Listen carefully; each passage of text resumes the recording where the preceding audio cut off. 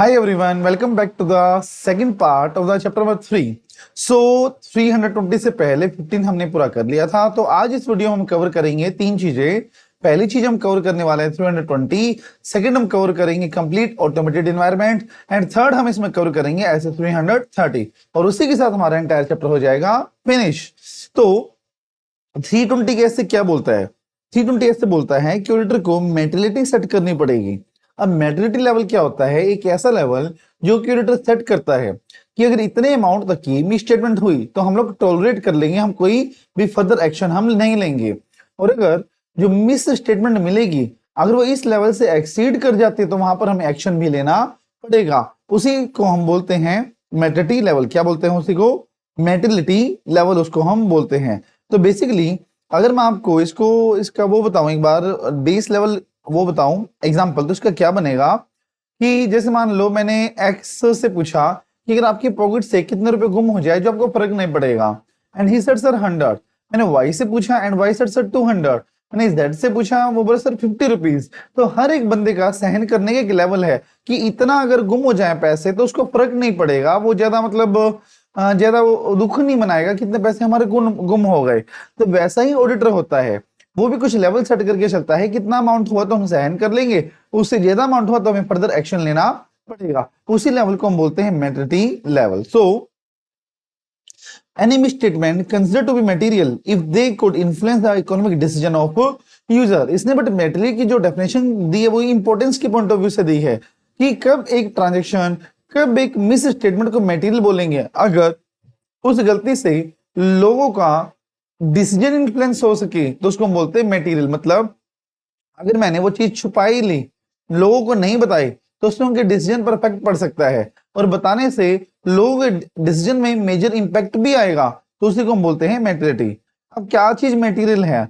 जो यूजर्स के डिसीजन को इन्फ्लुएंस करे, जो साइज और नेचर को अफेक्ट करे और नीड टू नीड भी वेरी करता है कि किसी के लिए क्या इंपॉर्टेंट है क्या इंपॉर्टेंट नहीं है।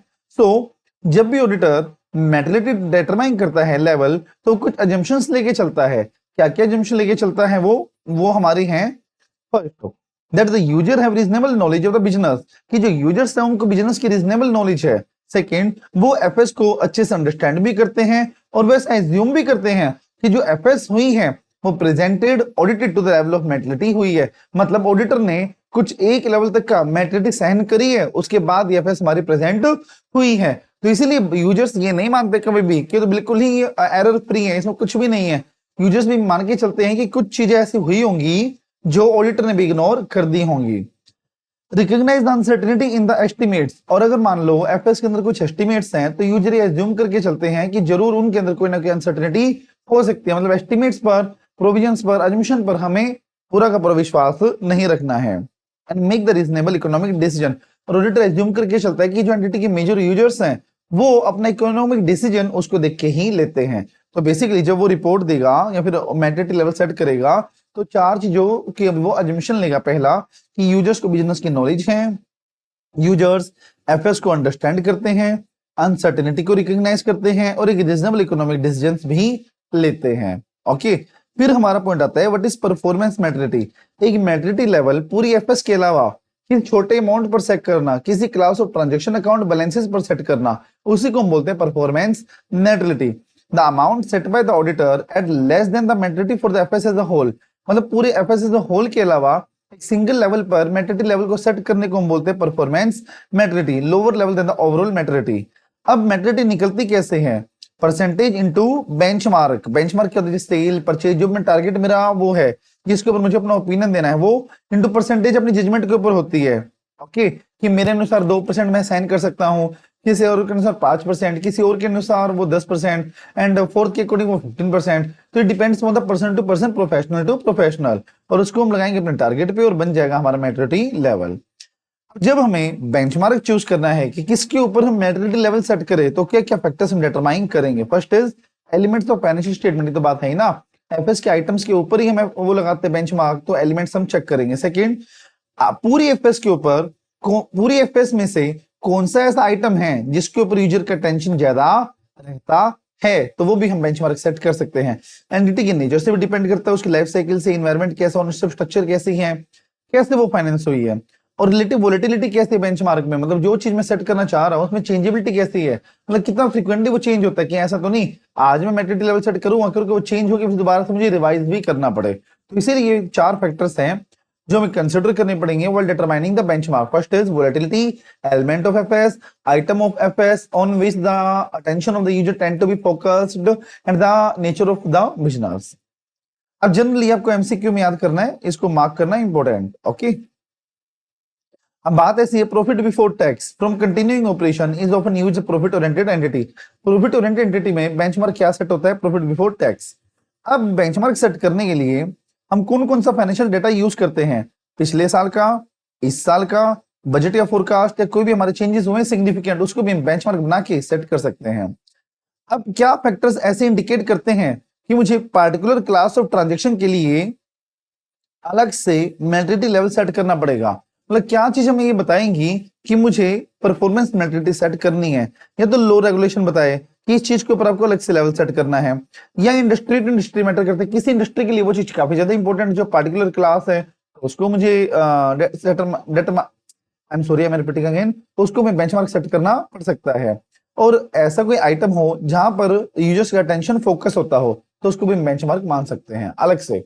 मतलब क्या चीज ऐसे बताती हैं कि आपको अलग से भी लेवल सेट करना पड़ेगा, मतलब क्या इंडिकेशन ऐसी है, तो एफआरएफ बताए, लो रेगुलेशन बताए, इंडस्ट्री की स्पेसिफिक रिपोर्टिंग रिक्वायरमेंट बताए, और जहां पर यूजर्स का अटेंशन फोकस हो तो उसके अकॉर्डिंग भी वो फोकस हो सकता है, बेंचमार्क सेट हो सकता है।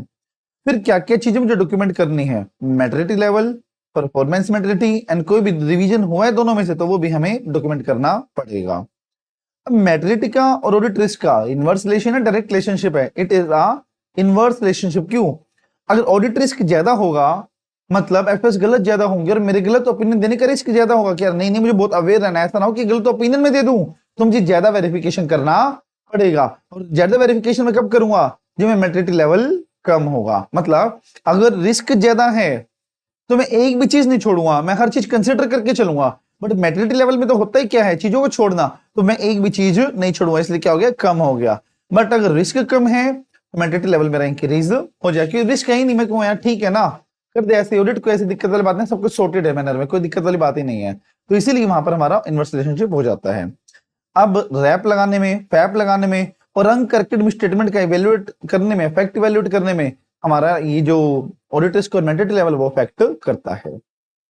फिर हमारा आता है automated environment, one of the interesting topic of this chapter, मुझे बड़ा इंटरेस्टिंग लगता है बेसिकली ये ना। अब ऑटोमेशन क्या होता है, ऑटोमेशन का मतलब होता है जहां पे business process, initiation, even decisions automatically लिए जाते हैं, कंप्यूटर सॉफ्टवेयर के थ्रू लिए जाते हैं, उसको हम बोलते हैं ऑटोमेटेड एनवायरनमेंट। क्या बोलते हैं, ऑटोमेटेड एनवायरनमेंट। मतलब ऐसा business environment where the processes even decisions are carried out by the computer system are called as automated environment। अब कुछ बच्चों का मेरे पास मैसेज में आया हुआ था, सर इसका कोई एग्जांपल दे दो हमें। देखो इसका एग्जांपल क्या हो सकता है, जैसे मान लो हमारे पास क्रेडिट कार्ड के लिए, लोन के लिए काफी ज्यादा फोन आते हैं। ओके, तो ये बताओ, हाँ एक बैंक है उसमें लेट्स से 900 कस्टमर्स के अकाउंट है। अब बैंक ही कैसे डिसाइड करता होगा कि 900 में से किसको मैं लोन के लिए अप्रोच करना है, किसको लोन के लिए अप्रोच नहीं करना है? क्या वो एक एक अकाउंट को खोल के देखेगा किसकी क्रेडिट वर्दीनेस अच्छी है, किसमें पैसा ज्यादा है, किसमें कम? नहीं, वो सर ऑटोमेशन के थ्रू सॉफ्टवेयर होता है, वो अपने आप ऐसे लिस्ट प्रोवाइड कर देता है फिल्टर लगा के कि ये पर्सन क्रेडिबल है, इनको आप लोन के लिए अप्रोच कर सकते हो। तो इसके ये डिसीजन के एग्जाम्पल है कि ये डिसीजन लेना कि उनको हम लोन दे सकते हैं। अब की फीचर्स क्या है ऑटोमेटेड एनवायरनमेंट की? एक्यूरेसी रहती है कि मैनुअल होगा वहां तो एरर आएगा ही, तो मैनुअल यहाँ पर नहीं है तो एक्यूरेसी इंक्रीज हो जाएगी। फिर लार्ज वॉल्यूम ऑफ डाटा को सोर्स टाइम में हम प्रोसेस कर सकते हैं। इंटीग्रेशन होता है, बेटर सिक्योरिटी होती है, ह्यूमन एरर का प्रोन लेस होता है, मतलब ह्यूमन एरर होने के चांसेस कम होते हैं। लेटेस्ट इंफॉर्मेशन प्रोवाइड करते हैं और कनेक्टिविटी कैपेबिलिटी भी होती है, मतलब इसके अंदर कैपेसिटी होती है कि नेटवर्क से भी कनेक्ट होकर वो लेटेस्ट इंफॉर्मेशन प्रोवाइड कर सकते हो। बताइए जरा, accuracy in the data processing, ability to process large volume of data, and integration, better security, less prone to human errors, provide latest information, connectivity and networking capability, all are the key features of the automated environment। इस video को यहीं पर pause करके इसको 4 बार पढ़िए, अपने आप आपको याद हो जाएगा ये। Okay, then factors to be taken into consideration to obtain the understanding of the automated environment। अब एक बात बताओ सर, ये नहीं समझ आ रहा हमें, जो 315 में हमने अंडरस्टैंडिंग पढ़ा था रेलेवेंट इंडस्ट्री रेगुलेटरी वाला, तो वो भी तो अंडरस्टैंडिंग था और ये भी अंडरस्टैंडिंग है। तो how do we identify in the exam कि ये वाले पॉइंट लिखने हैं या वो वाले पॉइंट लिखने हैं? कौन बताएगा मेरे को? बताइए जरा कमेंट बॉक्स में, इसमें और उसमें क्या फर्क है? अगर किसी ने दोनों पार्ट्स देखे होंगे तो वो आराम से बता सकता है। यहाँ पर है ऑटोमेटेड एनवायरनमेंट की अंडरस्टैंडिंग और वहां पर हमारा था नॉर्मल एनवायरनमेंट की, मैनुअल एनवायरनमेंट की अंडरस्टैंडिंग। ओके, तो ऑटोमेशन में क्या क्या देखेंगे हम? कौन कौन सा सॉफ्टवेयर यूज होता है? Information system. पर्पज क्या है उसका? जैसे मान लो कई सॉफ्टवेयर ऐसे होते हैं जो अटेंडेंस के लिए होते हैं, कई ऐसे होते हैं जो पेरोल के लिए, सैलरी वगैरह के लिए होते हैं, सैलरी मैनेज करने के लिए होते हैं, और कई ऐसे हमारे होते हैं जो अकाउंटिंग के लिए होते हैं। तो बेसिकली मुझे अंडरस्टैंडिंग तो करना है, तो मैं ये देखूंगा कि उसका पर्पस क्या है, किस लिए बनाया हुआ है, आर्किटेक्चर कैसा है, क्लाउड बेस है, डेस्कटॉप बेस है, वर्जन कैसा है, लेटेस्ट है या नहीं है, इंटरफेसेस कैसे हैं दूसरे प्रोग्राम से, इन हाउस है, पैकेज है। इसका क्या मतलब? इन हाउस का मतलब होता है कस्टमाइज के, वो हमारा खुद के, कोई और पर्सन उसको यूज नहीं कर सकता। और पैकेज का मतलब वो रेडीमेड है, वो कोई भी बंदा उसको यूज, जैसे टैली बीजी होते हैं, ये कोई भी यूज कर सकता है, तो इनको हम पैकेज बोलते हैं, रेडीमेड। और इन हाउस जो हमारा खुद का होता है, जैसे एसबीआई का कोर बैंकिंग है, अब पीएनबी का फिनेकल है, तो ये सब होते हैं आउटसोर्सिंग एक्टिविटीज। अब जहां पर आईटी आता है तो हम रिपेयर मेंटेनेंस तो करना ही पड़ेगा, सॉफ्टवेयर भी अपडेट करने पड़ेंगे, कोई रिस्क ना हो, एंटीवायरस भी डलवाना पड़ेगा। तो वहां पर मैंने अपनी उसकी जो रिपेयरिंग एक्टिविटीज वो आउटसोर्स करके नहीं कर रखी। आउटसोर्सिंग का मतलब क्या होता है? अपनी कुछ एक्टिविटी किसी और को देना। और की पर्सन, सीईओ, सीएमओ, कौन पर्सन ऐसे हैं जो उनको मैनेज करने के लिए रिस्पॉन्सिबल है। तो स्टडी में क्या क्या इंक्लूड करेंगे हम? Information system, purpose, in house package, version, interface, और क्या बताइए, आर्किटेक्चर एंड और क्या हो सकता है बताओ जल्दी से? इंटरफेसेस हो गया, सोचो। हाँ, की पर्सन्स। ओके, उसके बाद अब आईटी है तो रिस्क तो इससे भी आएगा। हो सकता है सिस्टम हैंग हो जाए, हो सकता है हैंग हो कि मैं चेंज ही ना कर पाऊं जो मुझे चेंज करना है, हो सकता है हो सकता है कि मैं वो चीज चेंज कर दूं जो नहीं करनी चाहिए थी। Okay, so inaccuracy processing of data, formulas ही गलत लगा दिए। अनऑथोराइज्ड एक्सेस, एक्स को एक्सेस नहीं बट वाई कर रहा है। डेटा चेंजेस डायरेक्ट हो रहे हैं, एक्सेसिव एक्सेस है, सेग्रीगेशन ड्यूटीज नहीं है, अनऑथोराइज्ड चेंजेस हैं, failure to make the necessary changes हैं, और लॉस ऑफ डेटा, ये डेटा ही हमारा सारा उड़ गया है। तो इन केसेस में वो रिस्क राइज हो सकता है, समझे? फिर impact of IT related risk, checking के ऊपर क्या इफेक्ट पड़ेगा, कंट्रोल्स के ऊपर क्या इफेक्ट पड़ेगा, और रिपोर्टिंग के ऊपर क्या इफेक्ट पड़ेगा। मतलब मेरे अकॉर्डिंग ना इस पूरे चैप्टर में कोई इजीएस्ट टॉपिक है ना वो ये है, बट पता नहीं क्यों बच्चों के डाउट्स ना इसमें बहुत ज्यादा आते हैं। मुझे ये नहीं समझ आ रहा कि उसमें क्यों ज्यादा आते हैं। सब्सटेंटिव चेकिंग का मतलब क्या था? अगर आईटी के अंदर कुछ रिस्क मिल गया तो वहां पर मुझे डिटेल्ड चेकिंग ज्यादा करनी पड़ेगी, कंट्रोल्स को मैं रिलाई बिल्कुल भी नहीं करूंगा, और मुझे मॉडिफाइड ओपिनियन देना पड़ेगा। अब सब्सटेंटिव चेकिंग में क्यों नॉन रिलायंस हो जाएगा, थोरोली चेक करना पड़ेगा, और सब्सटेंटिव चेकिंग की डिटेल चेकिंग नीड और ज्यादा बढ़ जाएगी कि रिस्क है मुझे प्रूव करना पड़ेगा उससे। कंट्रोल्स पे मैं रिलाई नहीं करूंगा, और जिसके लिए मुझे एडिशनल काम भी करना पड़ेगा। On reporting leads to modification of the auditor's report, leads to modification of the auditor's report, मतलब मुझे अपनी रिपोर्ट को मॉडिफाई भी करना पड़ सकता है। तो this is the case. Types of control, types of control क्या होता है? Basically there are three type of controls. First is general control, application control and IT dependent control. General control हमारे कौन से होते हैं? जो काफी सारे एप्लीकेशंस पर होते हैं और जो बाकी सारे कंट्रोल्स को रन करने में हेल्प भी करते हैं। एग्जाम पॉइंट है, आपको लिख के आने हैं। एप्लीकेशन कंट्रोल में दोनों आते हैं, मैनुअल भी आते हैं और ऑटोमेटेड भी आते हैं, और ये वो होते हैं जो आईटी में एम्बेडेड होते हैं, आईटी में छुपे हुए होते हैं। जैसे एडिट चेक हो गया, सीक्वेंस नंबर चेक हो गया, मैंडेटरी डेटा फील्ड हो गया। इनमें से किसी के बारे में भी आपको जानना है तो मुझे कमेंट बॉक्स में डाल सकते हो आप। बेसिकली मैनुअल कंट्रोल्स होते हैं आईटी डिपेंडेंट, और ये ऐसी रिपोर्ट्स यूज करते हैं जो आईटी से निकलती है। That's why it is called as IT dependent manual control. होते मैनुअल है ये, बट डाटा कौन सा यूज करते हैं? जो आईटी से निकलता है। That's why it is called as IT dependent manual control. अब जनरल कंट्रोल की एरियाज क्या क्या है? There are four areas of general IT जहां पर वो फ्लोट करता है। Data center, program change, access security and application system acquisition and development. ये आपको 100% क्रैम करना है। डेटा सेंटर में क्या क्या आएगा? Overall management, batch job, backup, BCP, DRP, business continuity plan and disaster resolution plan and monitoring. पहला क्या? Overall management, second batch job, third backup, fourth monitoring, then business continuity plan, then disaster resolution plan. Program change में क्या? Programme की change की management की request करना, record करना, track करना कितना हो गया कितना अभी बाकी है, चेक करना मतलब बनाना उसको, एंड टेस्ट करना कि जैसा चेंज मेरे को चाहिए था वैसा चेंज हुआ है या नहीं हुआ है। Access security, application security, data security, operating system security, network security, physical security and security policy. अब एक्विजिशन कैसे करना है मुझे, प्रोजेक्ट का इनिशिएशन करना है, डिजाइन करना है, कंस्ट्रक्शन करना है और टेस्टिंग और क्वालिटी एश्योरेंस भी करना पड़ेगा। ओके, और इन सारे एक्टिविटीज का ऑब्जेक्टिव क्या है, मतलब एंश्योर ये लेकर क्या करेंगी कि फाइनेंशियल रिपोर्टिंग ऑब्जेक्टिव हमारे अचीव होते रहें। समझे। फिर हमारा आता है मैनुअल कंट्रोल कहां सुटेबल है और ऑटोमेशन कंट्रोल कहां सुटेबल है। Most important topic of this chapter, most important. 4 से 5 नंबर में कभी भी आ सकता है और मुझे पता नहीं क्यों लग रहा है मई में जरूर आएगा ये, मई 26। अब मैनुअल कंट्रोल सुटेबल कहां है, मतलब इसने पहले ये बात शुरू करी कि कंट्रोल्स कैसे हो सकते हैं, मैनुअल हो सकते हैं, ऑटोमेटेड हो सकते हैं, कॉम्बिनेशन में हो सकते हैं। अब मैनुअल सुटेबल कहां होंगे, जब नॉन रेकरिंग होगी। क्यों, जब रेकरिंग मतलब एक ही ट्रांजेक्शन जो बार बार हो रही है तो वहां तो ऑटोमेशन लगा सकते हैं, बट जो कभी कभार होते हैं उसके लिए तो मुझे मैनुअल ही लगाना पड़ेगा। जहां पर ऑटोमेशन एरर्स को डिफाइन नहीं कर सकता, एरर्स को फाइंड आउट नहीं कर सकता, फिगर आउट नहीं कर सकता, फिर ऑटोमेशन के स्कोप से बाहर है, ऑटोमेशन उसके लिए बना ही नहीं है आज तक। फिर ऑटोमेशन को मॉनिटर करने के लिए, ऑटोमेशन को मॉनिटर करने के लिए हम वहां पर मैनुअल कंट्रोल लगा सकते हैं। बट मैनुअल सुटेबल कहां नहीं है, जहां पर रेकरिंग नेचर की हो और जहां पर ऑटोमेशन बिल्कुल सुटेबल हो, तो वहां पर ये चीज पॉसिबल नहीं है। समझ गए। और ये देखो, आप लोग गैस कर सकते हो कि मैंने यहाँ पर भूत बाबा का साइन क्यों बनाया। Can anyone gas, chat box में बताओ, बताइए। I am waiting for 1 minute, बताइए क्यों बनाया मैंने यहाँ पर। ये ना वो एरिया है, कमेंट बॉक्स में बताना मुझे, चाहे मैं बता क्यों ना दूं, ये बताओ कि हाँ सर हमें पहले पता लग गया था। ये वो सिग्नेचर है, साइन है, मतलब आज तक आईसीआई की इसके ऊपर नजर नहीं पड़ी है और इसीलिए बच्चे इसको छोड़ के जाते हैं। और यकीन मानना, एग्जाम में एक ना एक टॉपिक तो ऐसा आता ही है जो मोस्ट इग्नोरेबल होता है, समझे, जिसको बच्चे हमेशा इग्नोर करके चलते हैं, जिसमें से आज तक कोई क्वेश्चन नहीं बना। तो ये वो टॉपिक है, तो इसको जरूर से जरूर पढ़ के जाना। मई में आने के 101% चांसेस है इसके, क्योंकि ऐसे टॉपिक जो छोड़ के जाते हैं वो जरूर से जरूर आते हैं। सबसे पहला audit approach in automated environment, कैसे हम ऑडिट करेंगे ऑटोमेशन में, रिस्क को एसेस करेंगे। इसको बार बार बोलना आप लोग, पोस्ट करके पढ़ते रहना, इसको बार बार 4 बार पढ़ना है पोस्ट करके इसको। देखो मैं इसको मतलब 4 बार नहीं पढ़ा सकता due to the constraint of time limits, but आप लोग पोस्ट करके पढ़ सकते हो इसे।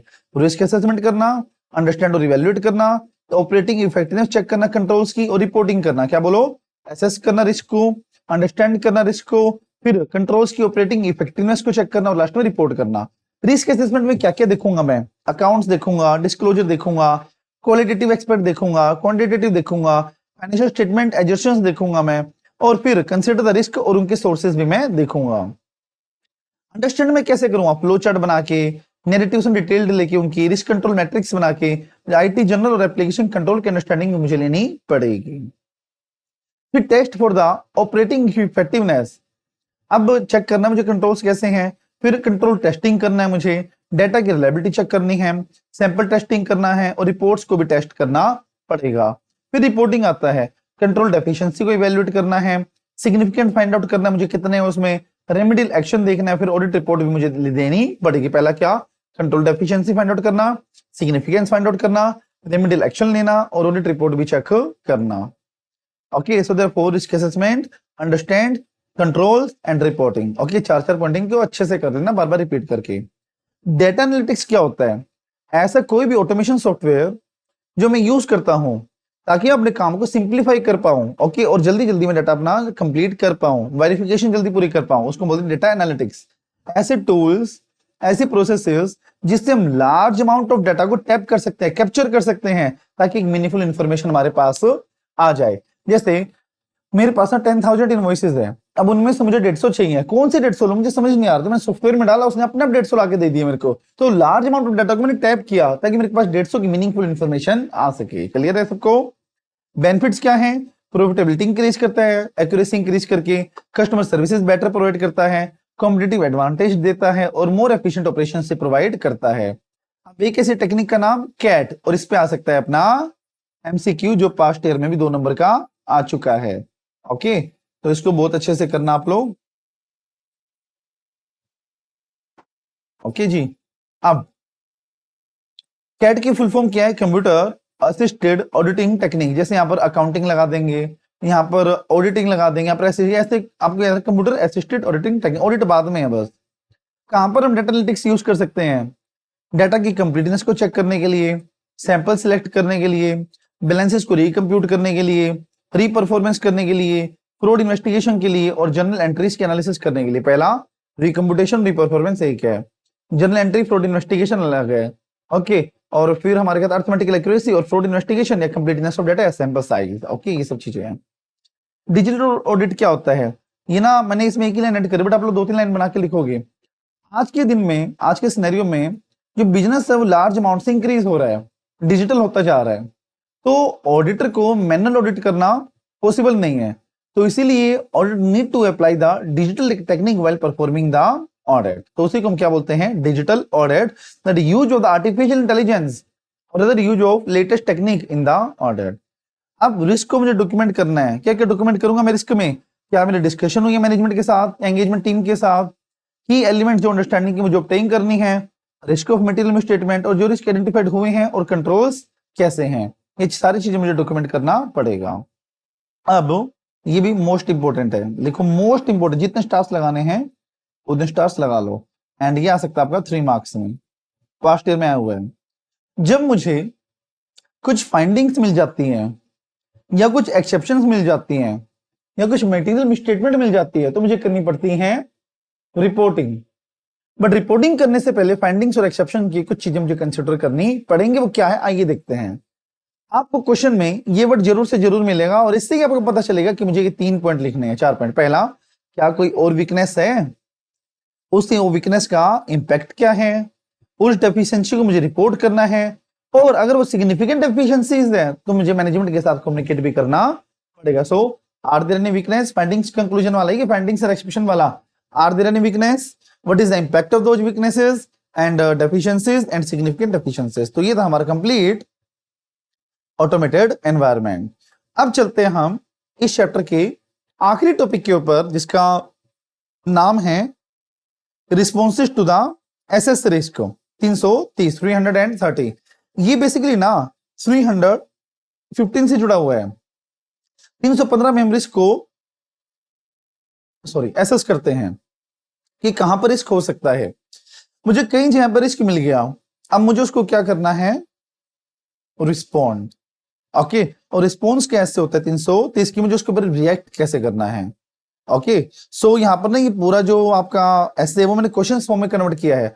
बच्चों को ना ये बहुत तंग करता है ये वाला ऐसे। कुछ तो इसी वजह से कि चैप्टर 3 के लास्ट टॉपिक आता है तो बच्चा बिल्कुल एग्जॉस्ट हो जाता है। बट मैंने इसको 6 क्वेश्चंस में किया है, सिर्फ 6 क्वेश्चन कर लेना, क्वेश्चन इसी में से आएगा तो, और कहीं से नहीं आएगा। ठीक है, ये मेरी मतलब कमिटमेंट है आपसे, क्योंकि मोर ओवर मैंने कवर हो गया, बाकी एक्सेप्शंस ऑलवेज भी there. First is factors to be taken into consideration while applying the FAP. अब फैप की तो है रिस्पांस में करना, रैप मैंने अंडरस्टैंडिंग में लगा दिया, अब उसके ऊपर मुझे फर्दर लगाना है।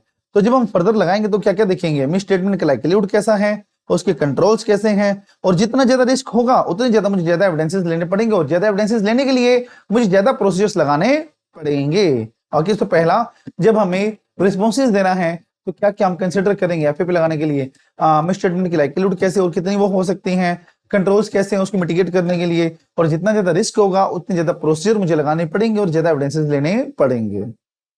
Y to apply TOC? TOC क्यों लगाऊं मैं? पहला, एक तो मेरे को रिलाई करना उसके ऊपर, ठीक है, auditor auditor intents to rely on the operating fitness of control, इस तरह से लिखोगे आप। दूसरा, जो सब्सटेंटिव प्रोसीजर्स हैं वो मेरे को बेस्ट एविडेंस नहीं दे रहे। अब आपको सब्सटेंटिव बताना पड़ेगा। सबसे पहले देखो, जो प्रोसीजर होते हैं ना वो 2 तरह के होते हैं बेसिकली, पहला रैप और दूसरा हमारा क्या है? फैप। फैप के 2 पार्ट होते हैं, टीओसी एंड एसए की substantive audit procedures. Okay, recording post करके आप देख लेना इसको। अब सैप के 2, TOD test of details and analytical procedures, ये मैं 4th चैप्टर में बताऊंगा आपको डिटेल में क्या होता है। अब बेसिकली अब ये टीओसी के टेस्ट ऑफ कंट्रोल जो हम कर रहे हैं अभी, why to apply the test of control, but अगर यहाँ से मेरे को एविडेंसेस मिल गया तो ये नहीं करेगा परफॉर्म, बट यहाँ से मेरे को एविडेंसेस नहीं मिला तो मुझे यहाँ परफॉर्म करना पड़ेगा। इसलिए बोला कि जो सब्सटेंटिव प्रोसीजर्स हैं वो मेरे को सफिशिएंट एविडेंस प्रोवाइड नहीं करते तो मुझे टेस्ट ऑफ कंट्रोल लगाना पड़ेगा। ओके एवरीवन, फ्यूचर सीए समझ आ गया क्या? वेरी गुड यार, कमेंट बॉक्स में बताया तो करो आप लोग कि सर कैसा लग रहा है, नोट्स कैसे लग रहे हैं। आप लोग तो बताते ही नहीं हो बिल्कुल भी। हाँ, मैं कभी ये नहीं बोलता कि वीडियो को लाइक करो, सब्सक्राइब करो, कमेंट करो, बट आपकी मॉरल रिस्पॉन्सिबिलिटी बनती है यार, आप लोग कमेंट करोगे तो मुझे पता चलेगा, हाँ तुम लोग इसको देखते हो अच्छे से, और फिर अंदर से और मोटिवेशन आता है, हाँ बच्चे मतलब देखते हैं, हमें यूजलेस फील नहीं होता वीडियोस को कि वीडियोस को देखते नहीं तो हम क्यों बनाए, फिर आप लोग रिवर्ट करोगे तो हमें भी ये रहेगा, हाँ बच्चों को हेल्प मिल रही है तो हमें और अच्छी अच्छी वीडियोस बनानी चाहिए। ओके, तो प्लीज कमेंट और लाइक जरूर कर दिया करो। Factors to be taken into consideration while performing the TOC, जब हम टीओसी लगाएंगे तो क्या क्या फैक्टर्स कंसिडर करेंगे, कंट्रोल्स कैसे अप्लाई हो, याद कर लो ये, how the controls will apply, the consistency of the controls, by whom and by what means they can applied, and effectiveness of the indirect control। Generality control की effectiveness कैसे आपको पता है, जनरलिटी कंट्रोल को हम इनडायरेक्ट कंट्रोल या pervasive control भी बोलते हैं क्योंकि वो ओवरऑल लगाए जाते हैं। ओके, जैसे मैंने इस कंप्यूटर पर लगा दिया, ये तो हो गया डायरेक्ट कंट्रोल, बट मेरा एक सर्वर भी है जो सारे कंप्यूटर को मैनेज करता है, वो हो गया जनरल कंट्रोल जो इनडायरेक्टली सबको संभालता है। तो बताइए जरा, टीओसी लगाएंगे, देखो एफएपी लगाएंगे वो ऊपर वाले थे, अब टीओसी लगाना है तो हम क्या क्या फैक्टर कंसीडर करने पड़ेंगे, consistency, how the controls are apply, by what means, by whom, and effectiveness of indirect controls. कितने टीओसी मुझे लगाने हैं वो किन फैक्टर्स पर डिपेंड करता है, फ्रीक्वेंसी के ऊपर, कितने लेंथ ऑफ टाइम, कितने लंबे समय तक वो सही चला है, रेट ऑफ डेविएशन कितना है उसके अंदर, ऑडिट एविडेंसेस की रिलायबिलिटी और रेलेवेंस कैसी है, और टेस्ट ऑफ अदर कंट्रोल्स, पहला फ्रीक्वेंसी, दूसरा length of time, third rate of deviation, fourth relevance and reliability, and fourth is test of other controls. इन फैक्टर्स पर डिपेंड करता है कि हमें टेस्ट ऑफ कंट्रोल ज्यादा करने हैं या कम करने हैं। जैसे अगर मान लो डेविएशन होने के चांसेस ज्यादा, रेट ऑफ डेविएशन ज्यादा है, तो कंट्रोल्स पे टेस्टिंग मुझे ज्यादा करनी पड़ेगी।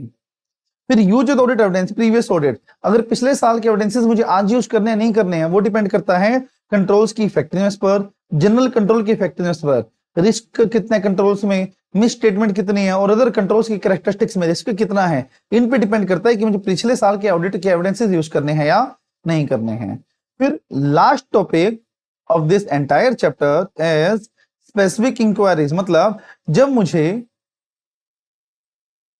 कंट्रोल्स में डेविएशन पता चल जाएगा कि कंट्रोल्स गलत है, तो मुझे क्या क्या स्पेसिफिक इंक्वायरीज लेनी पड़ेगी। Most important, again findings exception के बाद दूसरा इंपोर्टेंट क्वेश्चन है ये 3 मार्क्स में जो आ सकता है।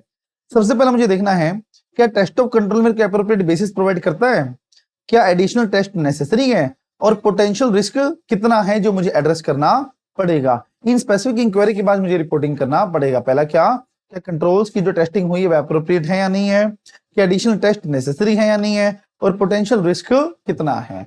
ओके, तो इन 3 से पता चलेगा मुझे कि कंट्रोल्स में रिपोर्टिंग मुझे कैसे करनी है। तो ये था आपका चैप्टर नंबर 3। इसको अच्छे से रिपीटेशन मोड में करना, जैसा मैं हर वीडियो में बोलता हूं, एक वीडियो को कम से कम 3 बार देखा करो, पहले 1 पे, फिर 1.5 पे, फिर 2 पे।